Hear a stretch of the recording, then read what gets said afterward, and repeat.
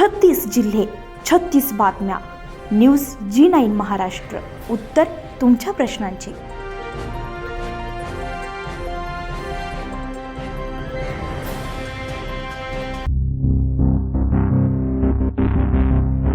अमरावती नागपूर राष्ट्रीय महामार्गावर तिवसा शॉप कॉर्नरजवळ शेतातून शेतमजूर घेऊन बैलगाडीने येत असताना भरधाव वेगाकडे नागपूरकडून अमरावतीकडे येणाऱ्या मालवाहू आयशर ट्रकने बैलगाडीला जोरदार धडक दिली.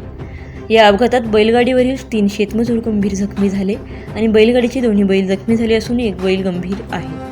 ही घटना गुरुवार दिनांक 13 ऑगस्ट 2026 रोजी दुपारी सुमारे 1:40 सुमारास घडली. अपघाताची माहिती मिळताच तिवसा पोलीस प्रशासनाने घटनास्थळी तातडीने धाव घेतली. पोलिसांनी ट्रक ताब्यात घेतला. जखमी शेतकऱ्यांना प्रथम तिवसा शासकीय सामान्य रुग्णालयात दाखल करण्यात आले.